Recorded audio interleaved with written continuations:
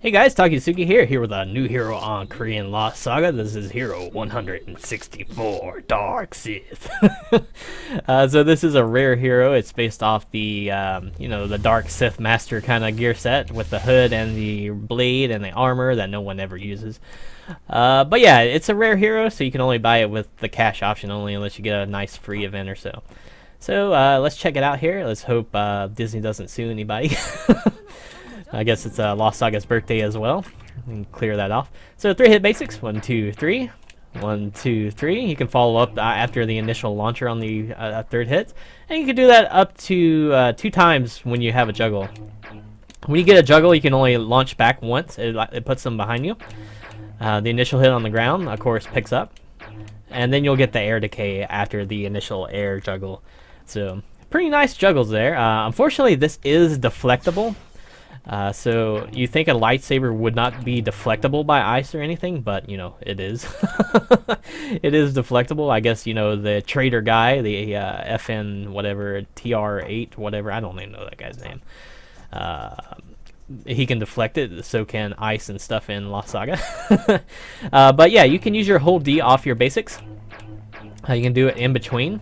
And this can work to extend your combos and juggles and stuff. So we'll go ahead and cover the hold D right now. Your hold D will utilize your 80 meter passive. Your passive meter goes up to 80. When you trigger your hold D, you'll summon this little dome around you. It will rapidly deplete your passive bar. And when you release the passive, it will automatically consume 20 meter of passive. You need 40 meter of the passive to trigger the hold D. So it does recharge a little bit slowly too, but it can be worth it. It can be worth it. So you can grab someone, and then you can let them go and carry them around a little bit, and slam them down, edge them, what have you. Another trick with this is you can actually drag them into you, and then juggle into that, and work pretty good off that. And you can also hit your jump key in order to slam them down, but this will automatically put you into the airborne state, and then you'll be able to do your air attacks and stuff, which is okay. It goes into your juggles as well. A lot of juggle options on Dark Sith. The catch with some of this is that you can't do a quick trigger. A quick trigger will let someone retaliate. So I know Def K doesn't retaliate, but surprisingly, the robots in the HQ actually have an air attack. So let's go ahead and show this here. So if you let go too quick, it's going to let them retaliate. So you can see the robot actually did a jump attack on me because I let go too soon. I could probably hit him out of that, but he does have the option of hitting me. So it's better to play it safe than sorry. Let it pulse a second, and then you can, gradually build up passive as well. More passive you put into it, the farther someone's going to go, and that can work out really nicely. Does the passive work in lag? So let's go to 2Gen's HQ and just check this out real quick. So a quick lag check with 2Gen here. Let's see how it works. So you can see it kind of works. It kind of works. So yeah, very quick check there, guys. Very quick check, but you can see it will actually work to an extent in lag. It's a little choppy. It's a little less reliable. It's a very less smooth, a lot less smooth rather. But it will function. So fear not, fear not. How does it work on a crowd, you ask? Let's go find out here. So it will gradually tick and pull up more and more people, and then you can slam them all down. It will not lift everyone at once, but it will do like a tick kind of thing. It will get someone, and then it'll get another one, and then it'll get some more and more, and gradually build up till you're out of passive. So it works pretty neatly on a crowd. And again, it does work really nicely in your juggles. So you can do, when you get towards the end of your basic juggles, do this, pull them into you, juggle a little bit more, and just work with that. Work with that. It's probably better to do the air attack off that because the air bounce will do not as much air decay, I don't believe. So yeah, passive, very fun, but you got to make it count. Make it count. It's easy to land, but it's not always at the ready. It's not always at the ready. It comes back relatively quickly, but not always. So moving on to the dash attack. So 3-hit light dasher. Second hit will actually do a little mini launch, and the third hit will slam down. So the first hit's just a flinch.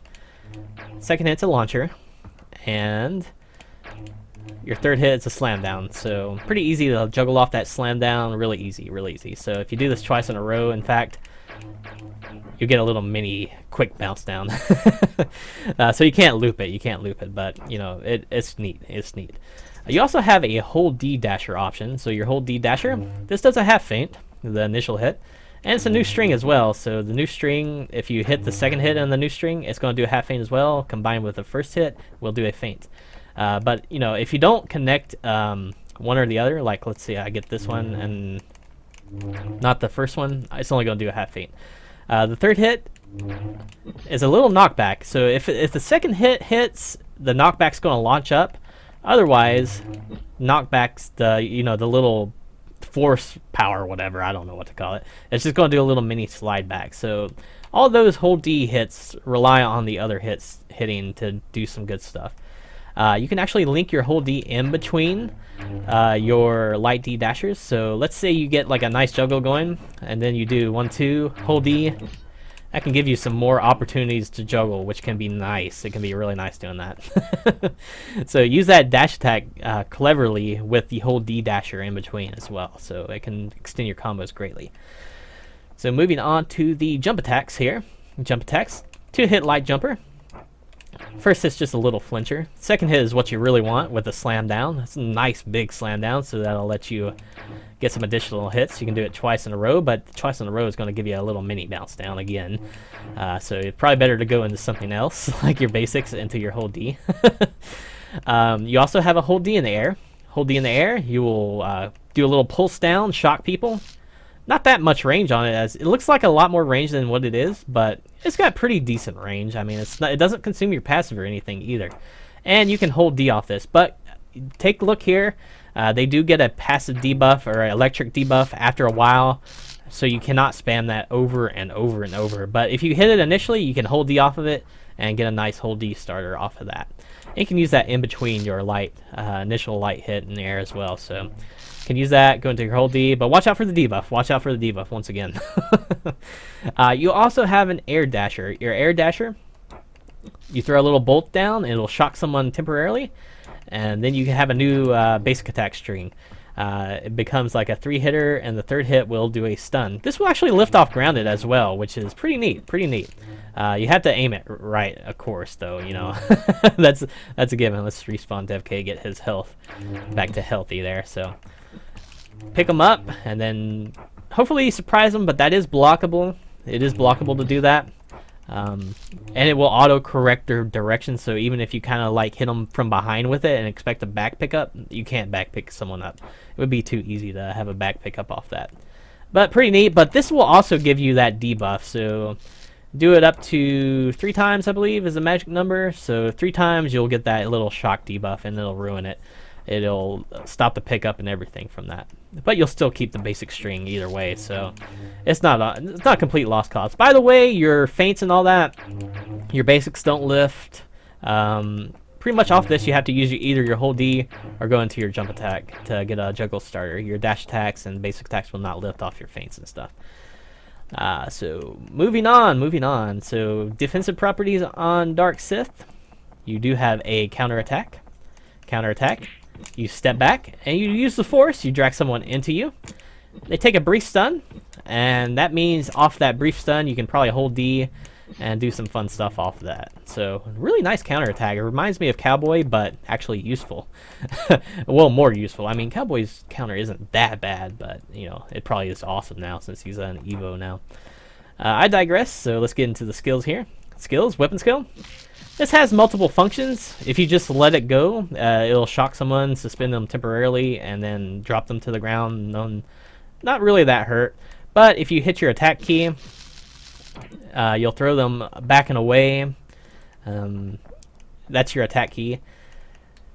Your jump key will actually do fall damage, drop damage rather, and you can juggle off that. That's probably the ideal one to use, to be honest. And your block key will pull them into you and bounce them down, allowing for a quick juggle. So, you know, it just depends on your priorities. Do you want to get rid of someone's gears really quickly, or do you want to do drop damage and probably get more damage out of it? Or do you want to edge them very quickly and then just, you know, finish them off if they're like very low health or something? It will hit grounded as well, so pretty nice there, Armor skill, I do not like this thing. You can shock someone continuously with it and then follow up with it. But, you know, I'm still not a fan of it. I just don't care much for it. You can trigger it in the air as well. Let me see here. I remember doing something else with this. Trigger in the air. Block key will launch them into the air. And the attack key will not hit grounded. Let's try this again here. I should have tested this a little bit better. The block key will actually lift off grounded, and the jump key will like do a forward arc on it. But you know, it's kind of a funky gear. I'm not a big fan of the armor. Not a big fan at all. The helmet skill, you bring out a little reticule, it'll pulse, hit the sweet spot, and you can gradually lift them and then cause drop damage. This will hit multiple people in the area, so it's pretty good for hitting multiple people, but it's generally kind of hard to get that pulse reliably, and it takes a lot of investment in your time as well. And if you screw up, it's pretty much done. You get really not much out of it if you screw up. It really requires some precise timing, but if you can time it well, it's actually worth it. But I don't care for the helmet either, to be honest. And the trinket skill, throw out your lightsaber. It'll spin around, and I am not good at aiming that thing. But, you know, you can continuously hit someone with this, bring it through their body, and they'll continually get shocked. I am just not good at this thing. I am not good at this thing at all.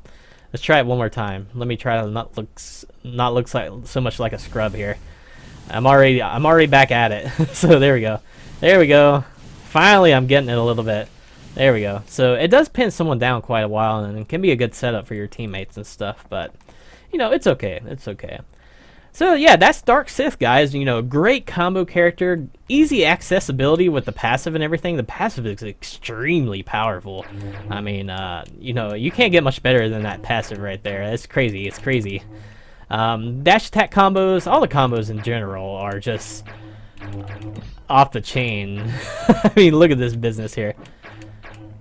And then you can do the air dasher, you know. It becomes pretty intense. His combos are pretty long and pretty intense, and you know, having that whole D during the process of all this can be nuts. It can be nuts. So, and unlike a lot of other passive kind of characters, your passive does charge while you're attacking and blocking and whatnot. So, pretty useful character. Pretty wild. I would like to see him on NA someday, but I'm a little bit. I don't know. I don't know if I'll ever see him on NA. He's a little too lawsuit looking. I don't know what to think. But either way, it's an awesome character. It's very cool seeing some element of Star Wars integrated into the Lost Saga, like truly integrated. I mean, this looks like a legit Sith warlord or something here. It's pretty wild. He's very cool. You know, you can adjust his gear sets and stuff and make him look a little bit more Sithy. I'm not sure about all these little adornments or something. You know, Sith are kind of more minimalistic looking in my opinion.